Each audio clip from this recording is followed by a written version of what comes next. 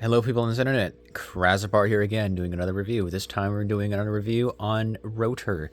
So in my last two videos I said we were going to do a Hero Factory review on the 1.0 villain remakes, and I'm staying true to that word. Today we're going to be doing Rotor, and then the next ones after that are going to be in order how we see them on the Rise of the Rookies when they first aired. So it'd be Rotor, then Explode would be next, and then it'd be, I think it goes Corroder, Meltdown, technically Vapor because he showed up in that one scene on like a wanted poster, and it'd be Thunder and then Von Nebula. So yeah, that's how it's going to be released. So right now we're doing Rotor, and we'll begin the review on Rotor. Now, I wanted to do the review, the remakes of the 1.0 villains, because I simply just don't like the fact that they're very Bionicle heavy and not a lot of Hero Factory heavy. And I just wanted them to get fit in a little bit more. So that was the reason why I did this. And some of them have been inspired by other mockists. I don't remember who gave me the inspiration to use these Poe Dameron legs, or the fin or whatever it was, this Star Wars buildable figure leg piece for him, but someone out there was, I don't remember who it was off the top of my head, but yeah. Let's just begin with Rotor. At the feet, it's the same feet that he got, or basically the same feet that we have with the original Rotor, which we will do a comparison between my remake and the actual figure, because I have them all. So, but right now we're just going to review the figure. Again, feet's not very different. They're the same orange Mata foot. They obviously don't have the big piston on the back. The lower legs are completely different. They're not a Roxy limb. They are a custom build. They use the Glatorian shin piece, like the armor piece, upside down. I think it looks pretty cool, and it has like this weird piston effect with the clip. And if I spin him around, actually, he's got little jets on either ends of his ankles, which I thought looked cool. Because for a while I didn't know what to do. Arguably, it's still a little flat, but when I used to not have anything here, these little jets, it was really flat, so I just added them on here and said, oh, well, that works. And yes, it's actually connected on with a Hordika neck, which actually allows him a great deal of mobility, actually. Moving up to the upper legs, simple, just CCBS piece. I could maybe put something on the back here, like a Borak eye back here. I could do that, but I think it might get into the way, and it would stick out a little weird and leave this big gap on the back, which I didn't want to have. So I'm just going to leave it open for the moment until I figure out what to do with it.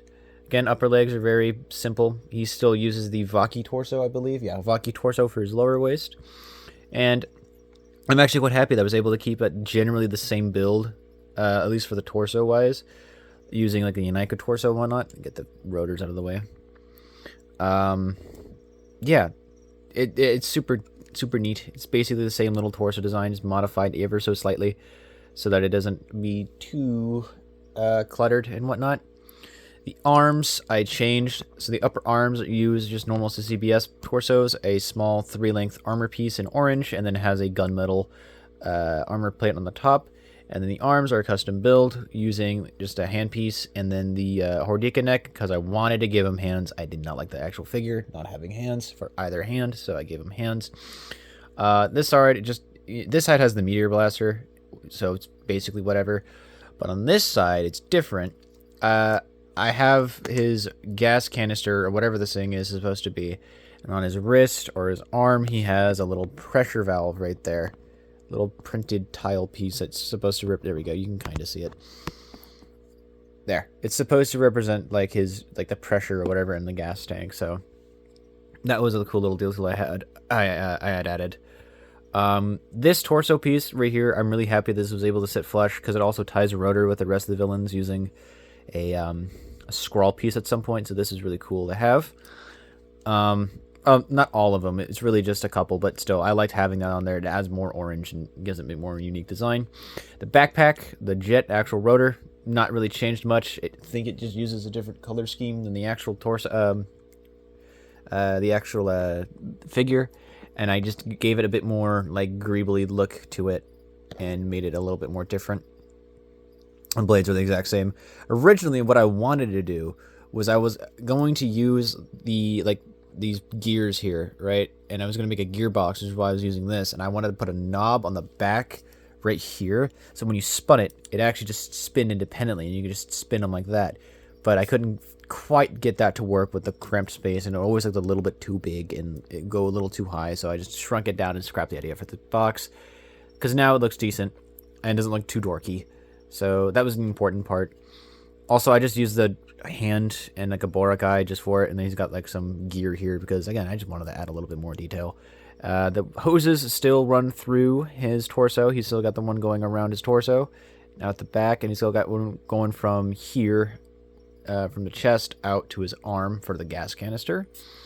And that's really about it. He's got more posability now. He's got, of course, the 3 in the legs, the 1 in the neck, which is still attached the same way. And then, like, the arms, he's just got an added extra 3 in the arms, so he's got a hand now as opposed to the 2. And I guess I can then maybe bring out the actual original rotor set that I've had for years and years and years, and we can compare. And yeah, not too much different, really. I mean, he's got a slightly different hunch to him. His head's a lot lower on the original, and his backpack's a bit more farther back, but he's not all that different. He's a lot more orange now. I quite like him. I did like the hands. He's a little bit more thin. These arms aren't nearly as weird anymore. But yeah, no, that's basically it. It also just gets rid of the ability, like the need for him to have these, which I actually realized my rotor is different because I broke these pieces. These are supposed to be the mono limbs, and I just made them differently. Whatever. I forgot. Or the weird Glatorian limb that Perditus and like Modanui and Kina had. That weird, like, and Vastus, that weird piece they go out on the side.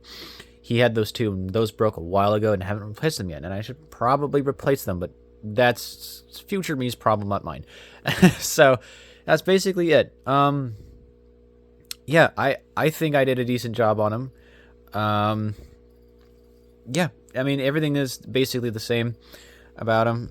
I'm quite happy with him. And a lot of the villains are just me remaking some of the aspects of it because I didn't like how much Bionicle were in it, and I like that because we had the fire villains right after that, and they used a lot of CCBS, so it's just me integrating the older villains into the original one, or this is not the original, but like the newer wave villains that we just knew much more because Hero Factory went with CCBS instead of Bionicle, so whatever. Yeah, that's basically it. This is the Rotor review. My next review is going to be on Explode. So yeah, thank you guys for watching. Like, subscribe, and I'll be signing back out. Bye-bye.